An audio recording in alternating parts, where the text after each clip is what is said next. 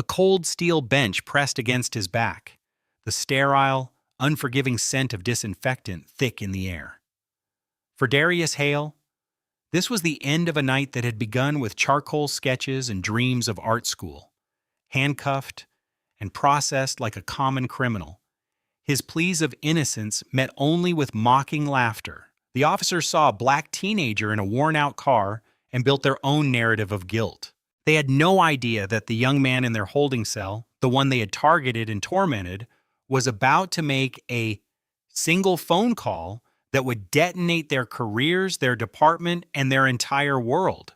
They locked him up, believing they were untouchable. They were wrong. The night was cool and quiet, the kind of stillness that settles over the suburbs long after the last commuter train is pulled away. Darius Hale drove his mother's sedan, the engine humming a familiar, comforting tune. The passenger seat was scattered with art supplies, sticks of willow charcoal, a portfolio of sketches, and a brand new set of oil paints he had saved for. He was heading home from a late session at a friend's makeshift studio, his mind alive with color theory and composition, not the looming threat of authority. He hummed along to a song on the radio, thinking about the texture of the canvas he had stretched earlier, when the world behind him suddenly exploded in a silent kaleidoscope of red and blue. His heart hammered against his ribs, a sudden primal fear that every black man learns to carry long before he ever learns to drive. He checked his speedometer. He was exactly at the limit. Aha. He signaled, eased the car to the curb, and placed his hands at 10 and 2 on the steering wheel, just as his father had drilled into him countless times. Two officers emerged from the patrol car, their silhouettes stark against the blinding headlights. The older one, a man with a thick neck and a swagger that spoke of unshakable confidence, approached the driver's side. His name tag read Voss. The younger officer, Price, hung back by the passenger door, his hand resting near his sidearm, eyes scanning the car's interior with nervous energy. "Evening," Officer Voss said, his voice laced with bored condescension. He leaned down, peering inside. "You know why I pulled you over?" "No, officer, I don't," Darius replied, keeping his voice even and respectful. "Your left tail light is out," Voss stated flatly. Darius knew for a fact it wasn't. He and his father had checked all the lights recently, but he also knew this wasn't the time to argue.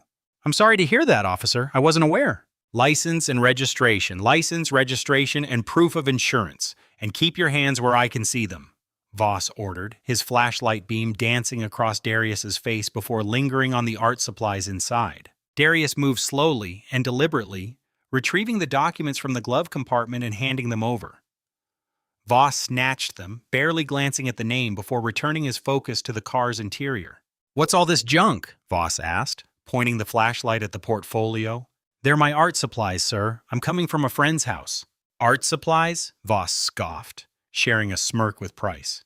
"Right. What's your real business out here tonight, son?" The word son landed like a barb, not an endearment. "I'm a student. I was just heading home," Darius insisted, frustration beginning to bubble beneath his calm exterior. "We'll see about that," Voss said. He handed the documents to Price. "Run his name." Then he turned back to Darius. "Step out of the car, please." Darius's blood ran cold. "Officer, am I being detained? What for?" "For a broken tail light and for me telling you to. Now get out of the vehicle slowly." Darius complied, his body rigid with a mixture of fear and indignation. The moment he was standing, Voss roughly pushed him against the side of the car. "Fred him!" "You have no reason to do this," Darius said, his voice shaking slightly. "I'll be the judge of that," Voss grunted, patting him down with unnecessary force. He found nothing but a wallet and a phone. While Voss searched him, Price began rummaging through the passenger seat. "Hey, Harlan, look at this." Price held up a palette knife, its metal edge glinting in the strobing lights. "Could be a weapon." Voss's eyes lit up with a sick sense of victory. Well, looks like our little artist came prepared for more than just painting." "That's a palette knife. It's for mixing paint," Darius exclaimed, his voice rising in disbelief. "You can't be serious." "I'm dead serious," Voss snarled, yanking Darius's arms behind his back. "You're carrying a concealed weapon, and you fit the description of a suspect in a string of break-ins in this area." It was a lie, a complete fabrication, and they both knew it. There was no description, there was only Darius, A black teenager in the wrong place at the wrong time, in front of the wrong officer. "This is insane," Darius pleaded, looking at Price, hoping for a shred of reason. "Tell him you know what that is." Price looked away, his face unreadable. He remained silent. The cold, sharp click of the handcuffs locking around Darius's wrists was a sound of finality. It was the sound of his identity being stripped away, replaced by a profile, a statistic. Voss shoved him toward the back of the patrol car. "You have the right to remain silent," Voss began, the words a hollow mockery of justice. As the car door slammed shut, trapping him in the cramped plastic seat, Darius looked out at his mother's car, its perfectly functional taillight glowing a defiant red in the darkness. In that moment, he wasn't the governor's son. He wasn't an artist or a student. He was just another black body in the system, swallowed by the glare of red and blue. The precinct was a monument to bureaucratic indifference. The air hung thick with the smells of stale coffee, cheap disinfectant, and a faint metallic tang of fear. Officer Voss paraded Darius through the main bullpen as if he were a prize catch, his hand clamped firmly on Darius's shoulder. The few officers still on duty barely looked up from their paperwork, faces etched with the weary cynicism of the night shift. "Got another one?" Voss announced to the desk sergeant, a portly, gray-haired man named Everett. "Caught him prowling, armed with this." He dropped the palette knife into a plastic evidence bag with theatrical flourish. Sergeant Everett peered at the knife, then at Darius, his gaze dismissive. "An artist, huh? What was he going to do? Paint a masterpiece on the side of a house he was robbing?" He chuckled a dry, humorless laugh. "Something like that," Voss said, shoving Darius toward the booking desk. "Let's get him processed." The next hour was a blur of calculated humiliation. Darius was ordered to remove his shoes and belt. His pockets were emptied, their meager contents, a tube of chapstick, a few dollars and a house key, cataloged and sealed away. He was fingerprinted, the cold, sticky ink coating his fingers, staining the very skin he used to create. The camera for the mugshot flashed, capturing not a person but a suspect. Head forward, then profile, his expression a mixture of disbelief and simmering rage. Through it all, Darius tried to maintain his composure. "You have the wrong person," he said to Sergeant Everett, his voice steady despite the tremor in his hands. "My name is Darius Hale. My father is—" Everett cut him off with a wave of his hand. Yeah. I've heard it all before, kid. My father's a lawyer. My uncle's a judge. Save it. You get one phone call after you're in the cell." They led him down a short, echoing hallway to the holding cells. The clang of the heavy metal door shutting behind him was deafening, a sound of absolute finality. The cell was tiny, cold, and smelled faintly of vomit and despair. A single metal bench was bolted to the wall. He sat down, the cold seeping through his jeans, and put his head in his hands.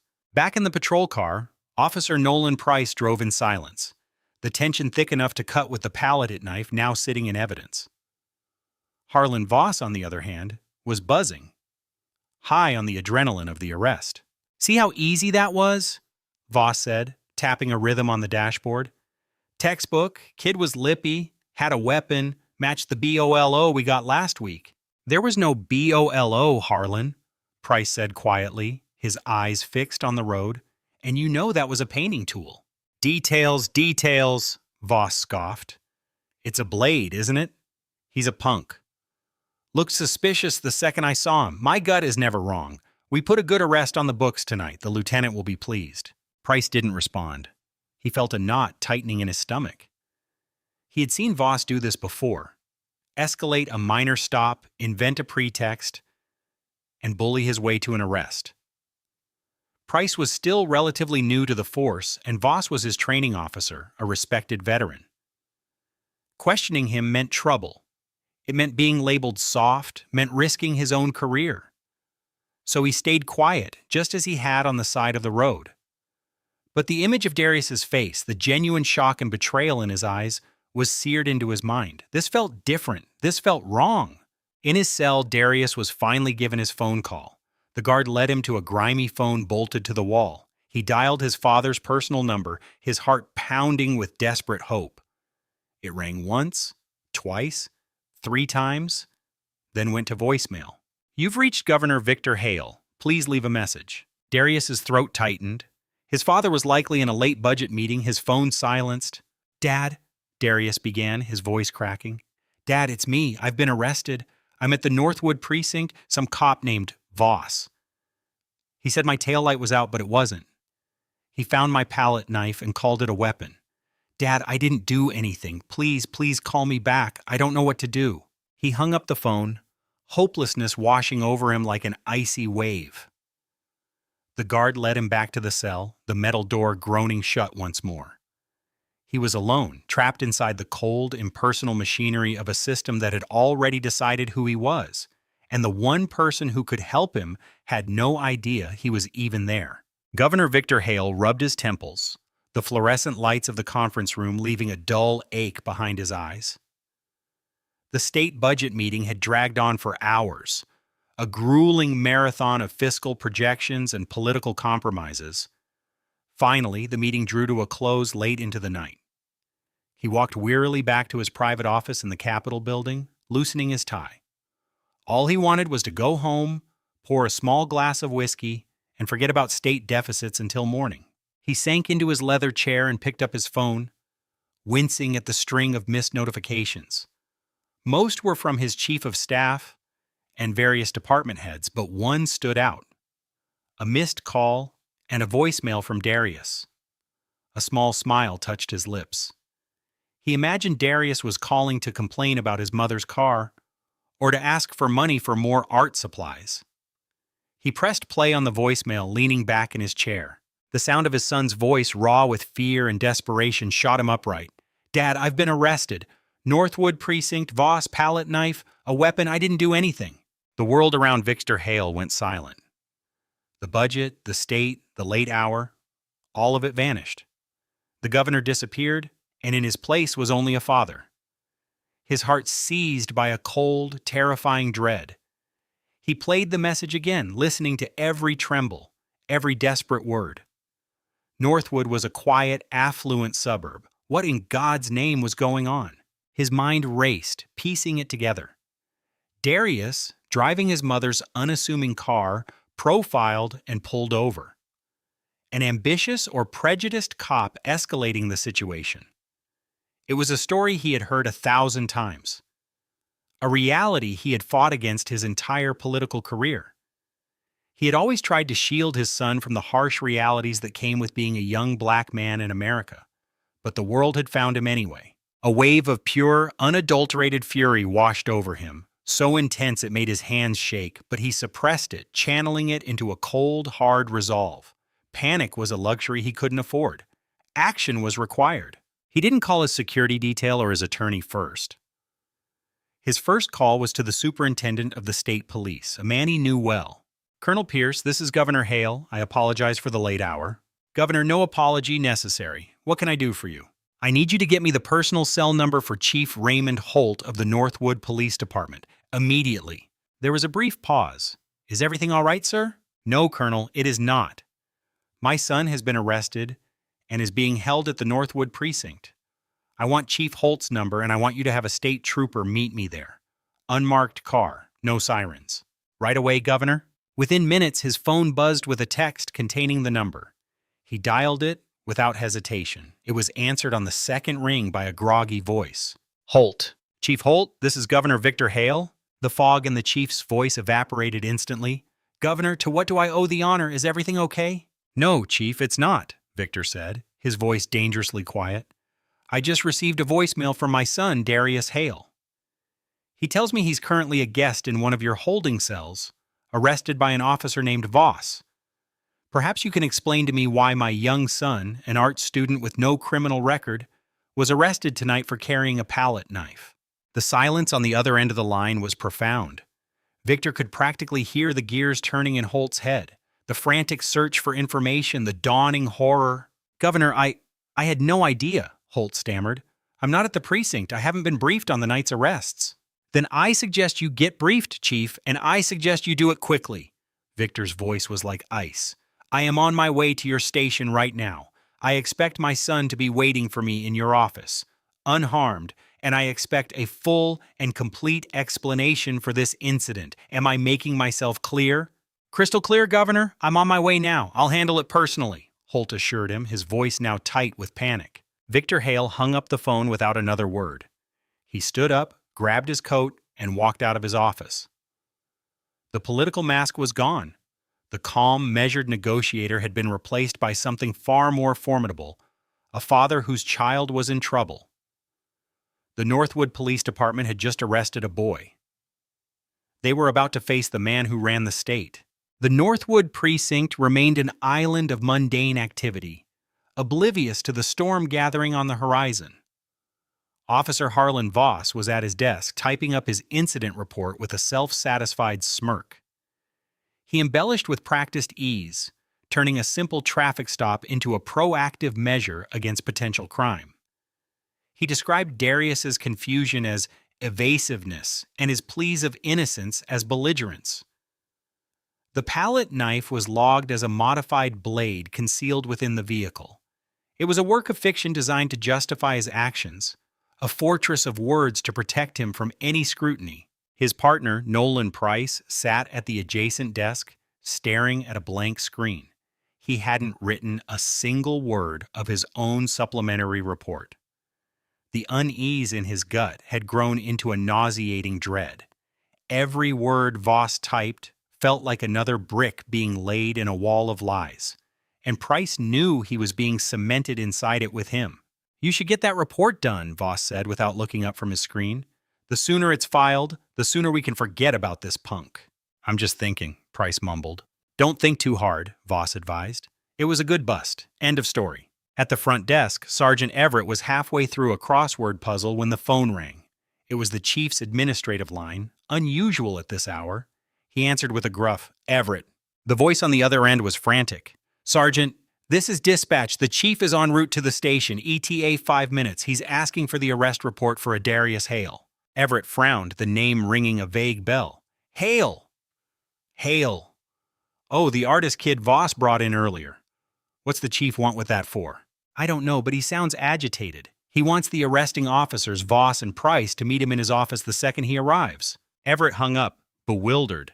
He lumbered over to Voss's desk. "Hey, Voss, the chief is on his way in. He wants to see you and Price about your arrest tonight, the Hale kid." Voss looked up from his report, a flicker of annoyance in his eyes. "What? Did the kid's mommy call to complain? It's the middle of the night. What's so damn important?" "Beats me," Everett grunted, turning to walk back to his desk. But he didn't sound happy. A seed of unease was planted in Voss's mind, but he quickly dismissed it. The chief was a stickler for procedure. He probably just wanted to cross his T's and dot his I's. Then the main precinct line rang. Everett answered it, his voice already dripping with irritation.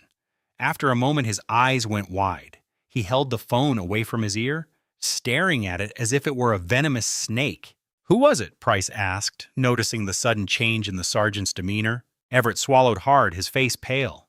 That was Colonel Pierce's office from the state police." Now Voss was paying attention. He stood up. "The state police? What about?" "They wanted to confirm that a minor by the name of Darius Hale was in our custody," Everett said, his voice barely a whisper. "And they informed me that Governor Victor Hale is personally en route to this precinct." The name hit the room like a physical blow. Governor Victor Hale. Voss stared at Everett, his mind refusing to connect the dots. Hale. No. No way. The kid in the cell. Price felt the blood drain from his face, the name on the registration. He hadn't even processed it. Just typed it into the system. Leonora Hale, the mother. It all clicked into place with sickening clarity. He looked at Voss, whose cocky bravado had completely vanished, replaced by a ghastly, ashen terror. "Harlan," Price whispered, his voice trembling. "His dad." The sound of tires screeching to a halt in the parking lot cut through the sudden deathly silence of the bullpen. A car door slammed. Heavy, furious footsteps echoed on the pavement outside. Sergeant Everett looked like he was about to have a heart attack. Voss stood frozen, his half-finished, falsified report glowing on the screen in front of him. A digital monument to the single worst decision of his life. The ticking bomb had just gone off. Chief Raymond Holt burst through the doors, his face a thunderous mask of fury and panic. His eyes scanned the room, landing on the three shell-shocked officers. "Where is he?" Holt roared, his voice shaking the windows. "Where is the governor's son?" Chief Holt's presence filled the precinct with an immediate, suffocating pressure. He was a man who was usually calm and collected, a politician in a police uniform. To see him this way, face flushed with rage, eyes burning with terrifying intensity, sent a shockwave through the room.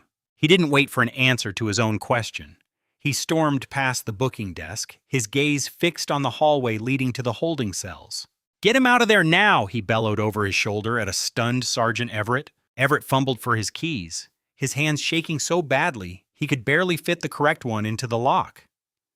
He hurried down the hallway with Holt right on his heels. Voss and Price stood rooted to the spot, paralyzed by the sheer magnitude of their blunder. The sound of the cell door being unlocked echoed back into the bullpen. Darius, who had been sitting with his head in his hands, looked up, startled. He saw the portly desk sergeant and behind him a man in a suit whose face was a storm of conflicting emotions. "Darius Hale?" Chief Holt asked, his voice suddenly softer, though still strained. "I'm Chief Holt.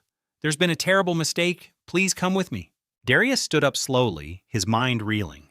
He was escorted out of the cell and back into the main room where he saw them, Officer Voss and Officer Price, standing like statues, their faces pale and slick with sweat. Voss's eyes met his for a fraction of a second, and in them Darius didn't see arrogance or authority. He saw pure, unadulterated fear. "Get this young man his property. Get him a drink of water. Get him anything he needs," Holt ordered Everett, his voice regaining its sharp edge as he turned his attention to the two officers who had caused the catastrophe. He strode toward them, his steps slow and deliberate, each one landing like a hammer blow.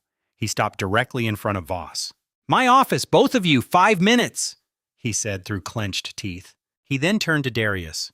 "Young man, I cannot begin to express how sorry I am. We are going to sort this out. Your father is on his way."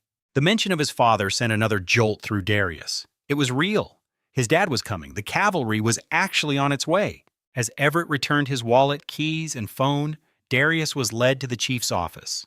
It was a spacious room filled with plaques and commendations that now seemed like relics from another era. He sat in a plush visitor's chair, the soft leather a stark contrast to the cold metal bench of the cell. A few minutes later, Voss and Price entered, their movements stiff and robotic. They stood before the chief's desk like schoolboys awaiting punishment. Holt sat behind his desk, his hands steepled, his expression grim. "I just got off the phone with the governor," Holt began, his voice deceptively calm. "He was, shall we say, displeased. He told me his son was arrested for carrying a palette knife. Officer Voss, that was your arrest. Please enlighten me." Voss swallowed hard. "Chief, with all due respect, the suspect was uncooperative. He was in an area with recent break-ins, and he was carrying what could be construed as a weapon." "A palette knife?" Holt interrupted, his voice rising.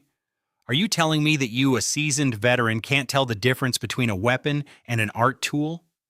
Did you find anything else on him? Anything illegal at all?" "No, sir, but—" "Nothing," Holt slammed his hand on the desk, making all three men jump.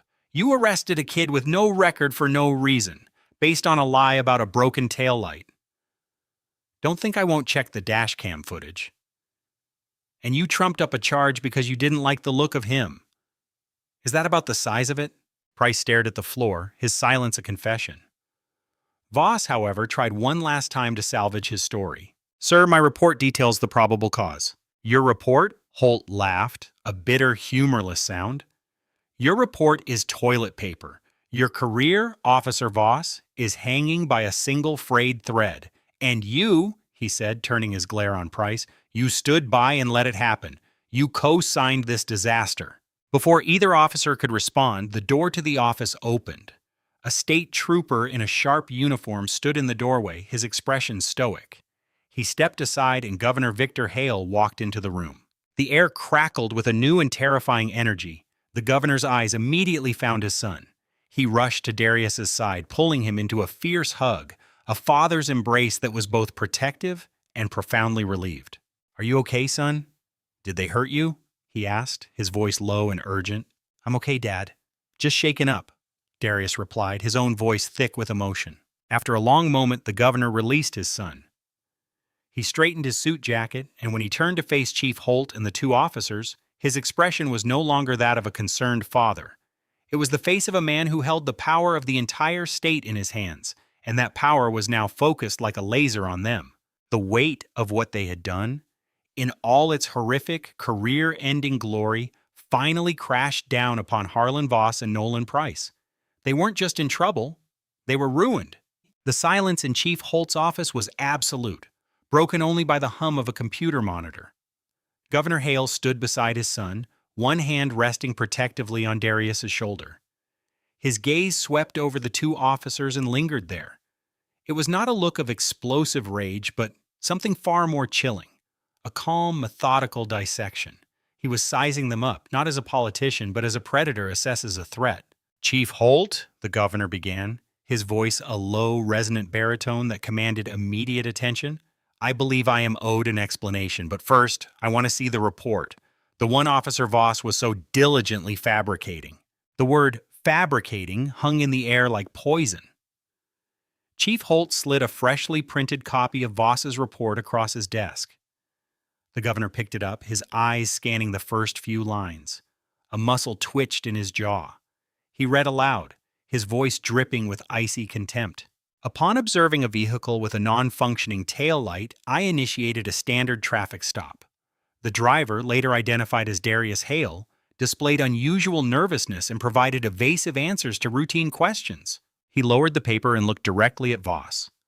"Officer Voss, my son's tail light is fully functional. I know this because I helped him replace the bulb myself not long ago. I've also seen your department's dash cam policy. I trust the footage from your vehicle will corroborate your statement." Voss's face, already pale, turned a shade of gray. He knew, and everyone in the room knew, that the dash cam would show a perfectly working light. His foundation, the very pretext for the stop, was a lie. I may have been mistaken about the light, Governor," Voss stammered. But his demeanor was suspicious. "Suspicious?" the governor countered, taking a step forward. "My son has been taught since he was a boy how to behave when stopped by the police. He knows to be respectful, to keep his hands visible, to answer questions clearly. A behavior you might interpret as nervousness, I would interpret as the terror of a young black man who knows that a routine stop can become a death sentence. A terror, it seems, that was entirely justified tonight." He turned his piercing gaze on Price. "Officer Price, you were there. Did you witness this suspicious demeanor?" Price looked up, his eyes wide with panic. He glanced at Voss, then at the governor. He opened his mouth, but no sound came out. The truth was a boulder in his throat. The governor didn't wait for an answer. He turned the page of the report. "Let's move on." A search of the vehicle's interior revealed a concealed modified blade approximately 6 inches in length, a palette knife. He let the words hang in the air. "You arrested my son for being an artist." "It could be used as a weapon," Voss blurted out, a desperate edge to his voice. "A fork could be used as a weapon, officer," the governor shot back. "A pen, a set of keys. You didn't arrest him because he had a dangerous tool. You arrested him because he was a black kid in a neighborhood you felt he didn't belong in. You saw him and you decided he was guilty. You built this entire tower of lies to justify a decision you made in a split second of pure, unadulterated prejudice." He tossed the report onto Holt's desk. It landed with a soft, damning thud. "This isn't about my son being the governor's son," he continued, his voice dropping again to that dangerous quiet level. "If he were anyone else's son, he would be sitting in that cell right now. He might have been coerced into a plea bargain tomorrow. His life could have been irrevocably damaged by your gut feeling. This stops tonight." He turned to Chief Holt. "Chief, I want both of these officers suspended, effective immediately. Their firearms and badges are to be surrendered before I leave this building. I expect a full, transparent, and exhaustive internal affairs investigation, and I want the state's attorney general to oversee it personally to ensure there is no departmental bias." "Yes, Governor," Holt said, his voice grim. "And let me be perfectly clear," the governor added, his eyes locking onto Voss's one last time. If this investigation finds that you falsified a police report, I will ensure you are prosecuted to the fullest extent of the law. Your career in law enforcement is over. The only question now is whether you will end it with a pension or with a prison sentence." The finality of his words was absolute. There was no room for argument, no space for appeal. It was a declaration of war on their actions, delivered with the cold precision of a surgeon.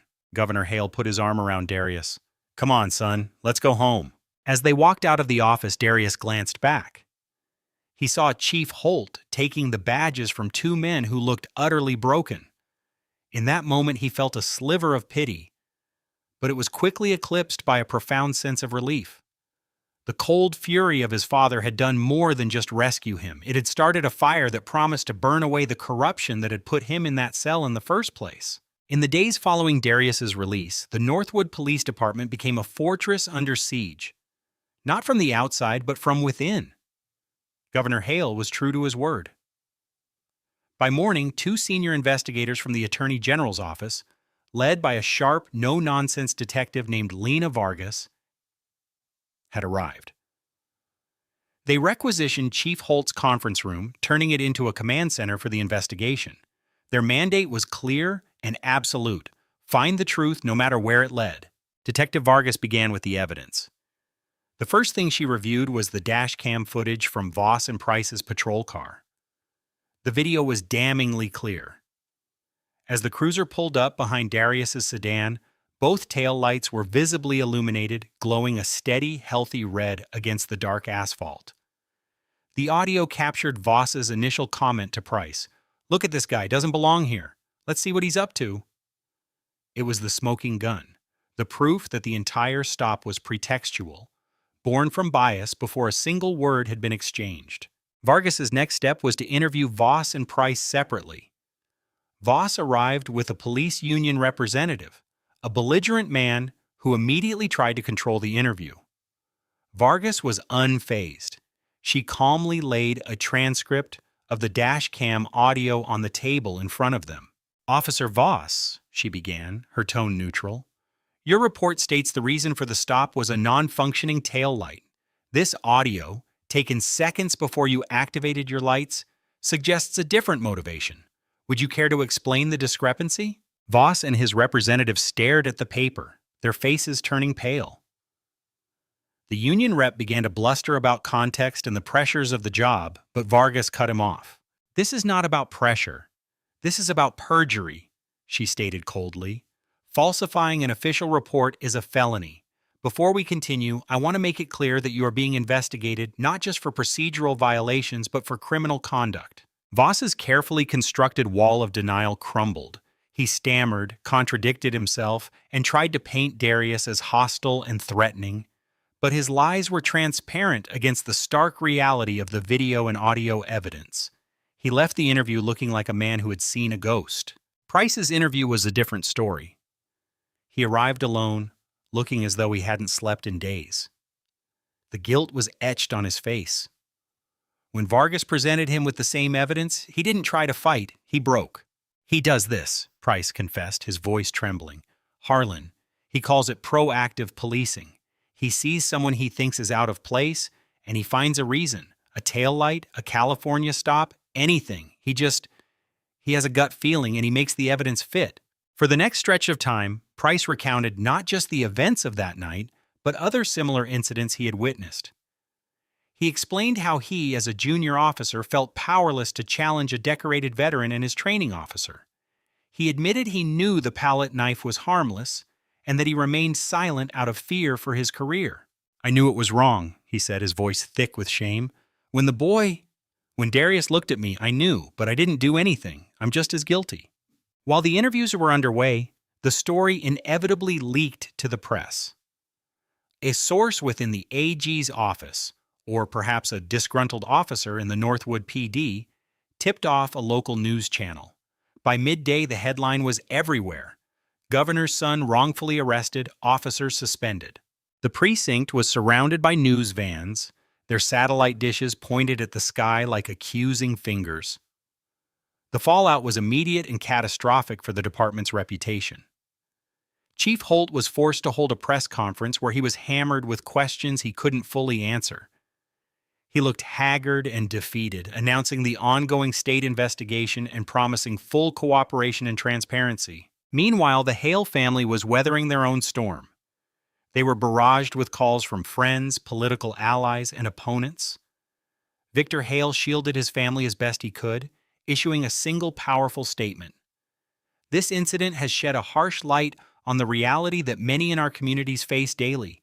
This is not about my son's identity. It is about the abuse of power. I will be using my authority not just to seek justice for Darius, but to ensure that what happened to him happens to no one else in this state, regardless of who their father is. Darius found himself an unwilling symbol. His face was on every screen, but instead of hiding, he turned to his art. He locked himself in his room, not with charcoal and paint, but with a new, furious energy. He began to sketch the flashing lights, the cold steel of the handcuffs, the mocking face of Officer Voss, and the despair of the holding cell. It was his way of processing the trauma, of turning his fear and anger into something tangible, something that could speak when words failed. The investigation was exposing the lies, but his art would tell the truth. As the investigation, led by Detective Vargas, progressed, it concluded with a report that was as meticulous as it was damning. It was a systematic deconstruction of Officer Harlan Voss's career, revealing a clear pattern of biased policing and falsified reports, particularly in stops involving minorities. Nolan Price's testimony, corroborated by the dashcam evidence and a review of past complaints that had been previously dismissed, painted an undeniable picture of corruption and abuse of power. The Attorney General, armed with the report, acted swiftly. Officer Harlan Voss was fired from the Northwood Police Department, his long career ending in disgrace. But it didn't stop there. He was formally charged with multiple crimes: perjury, falsifying a government record, and a federal charge for the violation of Darius Hale's civil rights. The good bust he had bragged about had become the nail in his coffin. Nolan Price, due to his full cooperation, faced a different fate. He was also terminated from the force, but the Attorney General declined to press criminal charges against him. In a public statement, the AG noted that while Price's inaction was a serious ethical failure, his testimony was crucial in securing the case against Voss and exposing a deeper problem. Price left the state, his dream of a career in law enforcement shattered, a walking cautionary tale of the cost of complicity. Chief Raymond Holt, facing immense public and political pressure, tendered his resignation. While the investigation found no evidence that he was aware of Voss's specific actions, he took responsibility for the culture in his department that allowed such behavior to fester. The karma for Voss was stark and public. His trial was a media sensation. The dashcam footage was played for the jury, and Price was called as the prosecution's star witness. Voss's attempts to portray himself as a dedicated officer making tough calls fell apart under cross-examination. He was found guilty on all counts and sentenced to serve time in federal prison. The image of the once arrogant officer being led away in handcuffs was broadcast across the nation, a powerful symbol of accountability. In the wake of the scandal, Governor Victor Hale channeled his paternal fury into political action. He used the immense political capital gained from the incident to introduce a sweeping police reform bill, which he named the Darius Hale Accountability Act. The bill mandated automatic review of all use of force incidents by an independent body, strengthened penalties for falsifying reports, and funded de-escalation and implicit bias training for every officer in the state. After fierce debate, the bill passed, becoming landmark legislation. Darius, once a private art student, stepped into his new role as a reluctant public figure with quiet grace. His first gallery show, held in the months after his arrest, was titled Red and Blue. It featured a series of powerful raw charcoal drawings and oil paintings depicting his experience. The centerpiece was a haunting portrait of a young man's face, half illuminated by red light, the other by blue, his eyes reflecting the cold bars of a cell. The show was a critical and commercial success, and Darius pledged a portion of the proceeds to a fund for the legal defense of those wrongfully accused. He had been targeted for his race, judged by a man who saw a threat instead of a person. They had locked him up, believing he was just another statistic. But they had misjudged him, and they had profoundly underestimated his father. The scales of justice, once tipped so heavily by prejudice and power, had been brought crashing back down, a hard karmic lesson for all who had witnessed it. Darius Hale was free, not just from the holding cell, but from the shadow of that night, having transformed his trauma into a testament for change. In the years that followed, the seasons had changed not only the world outside, but the landscape of Darius Hale's life. The name that had once been a whispered headline was now synonymous with a new movement in art, one that was bold, unflinching, and deeply narrative. His gallery, funded by the success of his red and blue exhibit, was a bright, airy space in the city's arts district, a testament to his resilience. He was no longer the boy in the back of the squad car. He was a man who had taken control of his own story. One crisp autumn afternoon, while curating a new show, his assistant handed him the mail. Among the gallery announcements and bills was a plain white envelope with no return address, postmarked from a town he recognized as the location of a federal penitentiary. His heart gave a slight involuntary lurch. He opened it. The letter was from Harlan Voss. The handwriting was cramped and angry. It was not a letter of apology. It was a venomous, self-pitying tirade. Voss wrote of his stolen career, his ruined life, and the injustice of his imprisonment. He accused Darius of using his father's power to exact a personal vendetta. "You and your father think you're heroes," the letter concluded, "but all you did was ruin a good cop's life over a misunderstanding. I hope you're happy." Darius read the letter twice. The first time, a flicker of the old anger returned. The second time, he felt nothing but a profound sense of pity. Voss hadn't learned a thing. He was still the same man, trapped in the same cycle of blame and prejudice. His prison wasn't just the one made of concrete and steel, it was the one he had built in his own mind, and he would likely never be free. Darius folded the letter, walked to the industrial shredder in his office, and fed it into the machine. He watched as Voss's bitter words were turned into meaningless confetti. He would not allow the man a single moment more of his energy. A week later, seeking refuge from the demands of the gallery, Darius was sketching in a small, quiet coffee shop downtown.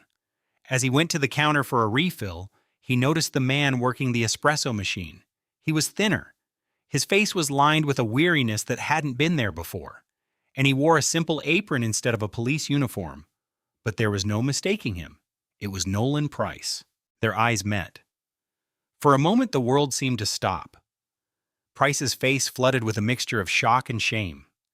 He froze, his hand hovering over the steam wand. I'll have someone else get that for you," Price stammered, turning away.